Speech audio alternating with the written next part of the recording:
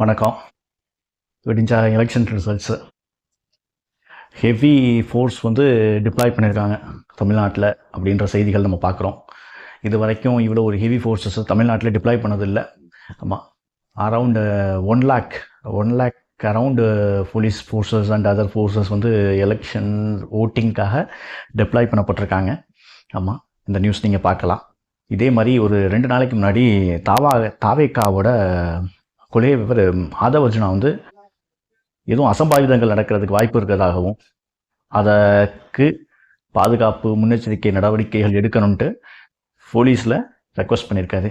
அதே மாதிரி இன்றைக்கி திமுக சைட்லேருந்தும் பிரச்சனைகள் வருவதற்கான பாசிபிலிட்டிஸ் இருக்குது, காஷியஸ் அலர்ட்டாக இருங்க அப்படின்ற மாதிரி அவங்களும் அவங்க சைட்லேருந்து ஒரு பெட்டிஷன்ஸ் போட்டிருக்காங்க. So as a citizens, as a Tamil Nadu guys, we have to be very careful. ஆமாம், ஸோ பாஸ்ட் ட்ராக் ரெக்கார்டில் தமிழ்நாட்டில் எந்த ஒரு அசம்பாவிதங்களும் நடந்ததா வரலாறு இல்லை அப்படின்ற மாதிரி நம்ம உணர்கிறோம். அதே மாதிரி வெஸ்ட் பெங்காலில் ஆக்சுவலாக 60 நாள் 144 போட்டிருக்காங்க. ஆமாம், வெஸ்ட் பெங்காலில் ரொம்ப neck to neck fight BJP and Mamata Banerjee expect பண்ணுறோம். ஸோ அதனால் 60 நாள் எலெக்ஷன்ஸ் அப்பயே தள்ளுமுள்ளு பிரச்சனைகள்லாம் வந்ததை பார்த்தோம். ஸோ இப்போ அது 60 days 144க்கு போயிருக்கு வெஸ்ட் பெங்கால். ஸோ இந்த மாதிரி ஒரு சினரியோஸ் தமிழ்நாட்டில் என்றைக்கும் கிடையாது, இதுக்கப்புறமும் அப்படி இருக்கக்கூடாது அப்படின்றது தான் நம்மளோட நோக்கம். ஆமாம், இதில் சில விஷயங்கள் நமக்கு ஹின்ஸாக கிடைக்கிறது என்னென்னா, எக்ஸிட் போல் ரிசல்ட்ஸு அதர் ஸ்டேட்டு, இதோட எலெக்ஷன் நடந்த அசாம், பாக்கி எல்லா ஸ்டேட்லையும் எக்ஸிட் போல் ரிசல்ட்டு ஒரே பேட்டர்ன்ஸாக பிரதிபலிக்குது. பாக்கி எல்லா இடத்துலையும் எக்ஸிட் போல்ஸ் யார் ஜெயிப்பாங்கன்றதை ஓரளவுக்கு ப்ரிடாமினண்ட்டாக சொல்கிறாங்க. வேற வெஸ்ட் பெங்கால் அண்ட் தமிழ்நாட்டில் மட்டும்தான் கான்ஃப்ளிக்ஸ் ரைஸ் ஆகுது. வெஸ்ட் பெங்காலில் பாதிக்கு பாதி மம்தா பானர்ஜி சொல்கிறாங்க, பாதிக்கு பாதி பிஜேபி சொல்லியிருக்காங்க. But when it comes to Tamil Nadu, it's actually totally different game. தமிழ்நாட்டில் predominant parties DMK will retain its பவர்னு சொன்னாலும் சில ஆட்கள் ஏடிஎம்கேக்கும் சொல்லியிருக்காங்க. அதே மாதிரி திடீர்னு ஆக்சிஸ் மைண்டியான்ற ஒருத்தவங்க DMK ADMK will lose its power, TVK will emerge as a major power அப்படின்ற மாதிரி சொல்கிறாங்க.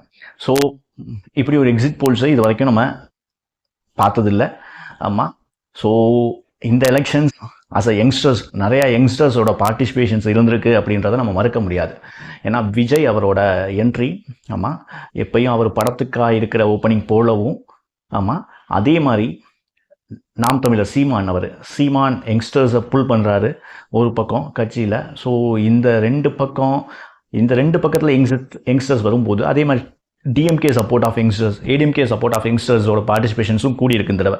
ஸோ இந்த எலெக்ஷன்ஸ் கொஞ்சம் youngsters participations and youngsters presence ரொம்ப கொஞ்சம் கூட இருக்க எலெக்ஷன்ஸாக ஒன்றா இருக்குது. ஸோ இப்படி இருக்க ஒரு சுச்சுவேஷன்ஸில் மாறி எல்லா பர்டிகுலர்லி தாவேக்காவும் டிஎம்கேவும் இந்த பெட்டிஷன்ஸ் ரைஸ் பண்ணியிருக்குது. பத்தாவதுக்கு போலீஸ் ஃபோர்ஸ் கூட்டியிருக்குது. ஆமாம், எக்ஸிட் போல்ஸ்ன்றது முடிஞ்சவங்கள்ட்ட தான் எடுக்கிறாங்க, அவங்களால ஈஸியாக கணிக்க முடியலாம். இருந்தாலும் எக்ஸிட் போல்ஸ் எப்படி ஒரு பேட்டர்னே சொல்லாமல் ஒரு 4 பேர் சம்வேர் அரவுண்ட் 8 எக்ஸிட் போல்ஸ் வந்திருக்குன்னு நினைக்கிறேன். அந்த 8 எக்ஸிட் போல்ஸில் 4 டிஎம்கே, 3 ஏடிஎம்கே, 1 டிவிக்கே சொல்லியிருக்காங்க. ஸோ இது ஒரு கணிக்கவே முடியாத சுச்சுவேஷனை அவங்க மேனேஜ் பண்ண ட்ரை பண்ணுறாங்க அப்படின்றது மட்டும் நமக்கு புரியுது. ஸோ நம்ம சைட்லேருந்து நம்ம ஆஸ் அ சிட்டிசன், நாளைக்கு யாராக இருந்தாலும் நமக்கு ஒரு நெக்ஸ்ட் டேர்முக்கான சிஎம் யாருன்றது நாளைக்கு தெரிய போகுது. We have to be very cautious. Youngsters participation அதிகமாக இருக்கிறதுனாலையும் டிவிக்கே இந்த தடவை தான் முதல் கட்சியாக வந்திருக்காங்க. வெற்றியோ தோல்வியோ அவங்களுக்கு அது புதுசாக தான் இருக்க போகுது. ஆமாம், அடுத்தவங்க ப்ரொவோக் பண்ணுறதுக்கு பிஹேவ் பண்ணாமல், ஆமாம், கூல் அண்ட் காமாக செட்டிலாக தமிழ்நாடுக்கே உருத்தான பாணியில் நம்ம இதை அப்படியே கண்டினியூ பண்ணி நெக்ஸ்ட் ஸ்டெப்புக்கு கொண்டு போகணும். நமக்கான நெக்ஸ்ட் டேர்ம் சிஎம் யார் அப்படின்றது நமக்கு தெரிய போகுது. ஸோ நெக்ஸ்ட்டு சிஎம் யாருன்றது தெரிய போகிற மாதிரியே ஸோ நியூ பார்ட்டிஸ்க்கான சில ஸ்பேஸும் நம்ம கொடுக்க வேண்டியது இருக்குது. ஆமாம், so we have to be very cautious. ஆமாம், ஸோ நெக்ஸ்ட்டு சிஎம் யாராக இருந்தாலும், நெக்ஸ்ட் டேர்ம் சிஎம் யாராக இருந்தாலும் அவங்களுக்கு நம்ம முழு சப்போர்ட்டை கொடுத்து இது வரைக்கும் நம்ம தொடர்ந்து வந்திருக்க வளர்ச்சியில் தென் மாநிலங்களில் நமக்கு இப்போ கர்நாடகா சைட்லேருந்தோ ஹைதராபாத் ஆந்திரா தெலுங்கானா இப்போ ஒரு ஸோ இவங்க சைட்லேருந்து ஒரு ஐடி காம்படிஷன்ஸ் எல்லாத்தையும் மீட் பண்ணி நம்ம நெக்ஸ்ட் ஸ்டெப் மூவ் ஃபார்வர்டுக்கு நம்ம ட்ரை பண்ண வேண்டியது இருக்கும். யங்ஸ்டர்ஸ் அதில் ஃபோக்கஸ் பண்ணணும். அதை விட்டுட்டு எந்த கட்சி ஜெயித்தாலும் நம்மளால் எதுவும் பண்ண முடியாது. ஆமாம், நாம் சொல்லி தெரியணும்னு அவசியம் இல்லை. வளர்ந்த நாடுகளான அமெரிக்கா, யூரோப்பில் கூட பேலட் சிஸ்டம்ஸ் தான். ஆமாம், இவிஎம்ஸ் யாரும் பெருசாக யூஸ் பண்ணுறதில்ல. இவிஎம்ஸோட கிரெடிபிலிட்டியில் சில கொஸ்டின்ஸ் இருக்குது அப்படின்னு அவங்க ஃபீல் பண்ணுறாங்க. So they are move to ballot system.